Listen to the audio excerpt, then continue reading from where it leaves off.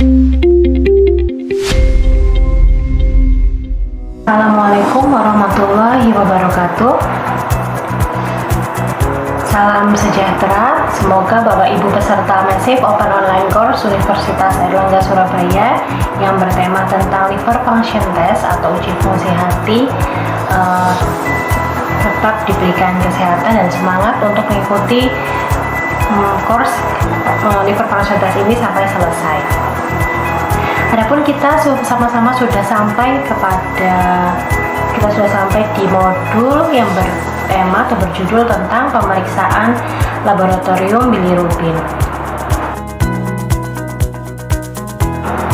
Seperti biasa, Bapak Ibu peserta Massive Open Online Course sekalian, sebelum kita masuk ke dalam materi inti tentang pemeriksaan bilirubin, saya ingin sekilas menjabarkan tentang learning objective atau capaian pembelajaran dari modul kali ini. Untuk modul pemeriksaan bilirubin, capaian pembelajaran yang kami harapkan adalah bahwa Bapak Ibu bisa sama-sama mempelajari dan mengetahui bagaimana prinsip dasar dari pemeriksaan bilirubin itu sendiri. Lalu yang kedua, setelah kita bisa sama-sama mengetahui dan mempelajari bagaimana prinsip dasar dari pemeriksaan bilirubin, kita bisa sama-sama merangkum atau merisam, memberikan rangkuman tentang materi-materi yang sudah kita dapatkan, yaitu adalah terutama materi bilirubin. Yang terakhir, capaian pembelajaran terakhir adalah kita nanti diharapkan bisa sama-sama mengetahui secara detail bagaimana prosedur pemeriksaan bilirubin yang biasa dilakukan di laboratorium klinis. Bapak Ibu sekalian, sebelum kita masuk ke materi inti, kemarin kita sudah sama-sama belajar mengenai tentang organ, ya, salah satu organ yang sangat penting perannya dalam tubuh kita, yaitu adalah organ hati atau hepar. Selain itu, kita juga sama-sama sudah belajar tentang fungsi dari hepar itu sendiri, di mana salah satu fungsi dari hepar itu adalah fungsi detoksifikasi. Fungsi detoksifikasi ini perannya dipegang oleh bilirubin. Jadi bilirubin di sini adalah suatu zat yang memang perannya untuk indikator detoksifikasi hati. Apakah detoksifikasi hati itu sudah berjalan sesuai sewajarnya atau sesuai batas normalnya, itu bisa dilihat dari kadar bilirubinnya. Bapak Ibu sekalian, berikut ini adalah struktur dari senyawa bilirubin. Jadi senyawa bilirubin itu adalah sebuah makromolekul yang cukup besar, molekul kimia yang cukup besar, di mana bilirubin itu terdiri dari rantai karbon yang panjang dan memiliki 4 cincin heterosiklik, di mana cincin heterosiklik itu memiliki atom nitrogen sebagai atom pusatnya. Bilirubin itu apa? Bilirubin itu adalah sebuah pigmen berwarna kuning kejinggaan atau kuning jingga seperti itu ya, kuning agak keoren-orenan, yang merupakan hasil degradasi atau hasil penghancuran dari hemoglobin yang dilakukan oleh sel retikuloendotelial. Setelah bilirubin ini dihancurkan atau bilirubin ini keluar itu sebagai produk degradasi dari hemoglobin, produk bilirubin ini akan dikeluarkan atau dieksekresikan di dalam empedu ataupun urin. Adanya peningkatan kadar dari bilirubin dapat mengindikasikan adanya suatu disorder atau suatu keabnormalan dalam tubuh manusia, terutama dalam organ hatinya. Jadi oleh karena itu bilirubin sering sekali dijadikan parameter atau indikator ada atau tidaknya gangguan dalam fungsi hati manusia, terutama fungsi detoksifikasinya. Kadar normal bilirubin biasanya berkisar di antara 0,2 sampai 1 mg per desiliter. Berikut ini adalah proses metabolisme dari bilirubin. Jadi seperti yang Bapak Ibu bisa saksikan sendiri di slide, bahwa bilirubin itu merupakan hasil destruksi atau hasil degradasi dari red blood cell. Red blood cell itu yang seperti yang kita tahu adalah sel darah merah, di mana sel darah merah itu pasti memiliki hemoglobin.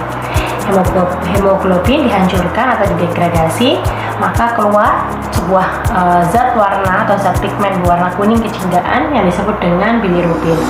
Bilirubin akan bertemu dengan albumin dan membentuk bilirubin yang tidak terkonjugasi. Setelah itu bilirubin yang tidak terkonjugasi ini akan masuk ke dalam liver atau ke hati manusia. Di situ dia akan mengalami perubahan. Bisa tetap dalam bentuk tidak terkonjugasinya ataupun bisa berubah menjadi bentuk terkonjugasinya, yaitu dengan cara bereaksi dengan UDP glucuronil transferase. Jadi apabila dia tidak berikatan dengan UDP glucuronil transferase tadi, maka dia berada dalam bentuk tidak terkonjugasi. Tapi apabila dia berikatan dengan UDP glucuronil transferase, maka dia berada atau berubah bentuk menjadi bilirubin yang terkonjugasi. Bilirubin yang terkonjugasi ini akan kemudian lanjut proses metabolismenya masuk ke dalam usus manusia. Di dalam usus manusia dia akan bereaksi dengan sebuah bakteri, mikroorganisme, di mana mikroorganisme ini akan merubah bilirubin menjadi urobilinogen. Ini akan menjadi topik baru lagi kalau urobilinogen, tapi tidak di dalam modul kali ini. Jadi modul kali ini hanya membahas tentang bilirubin.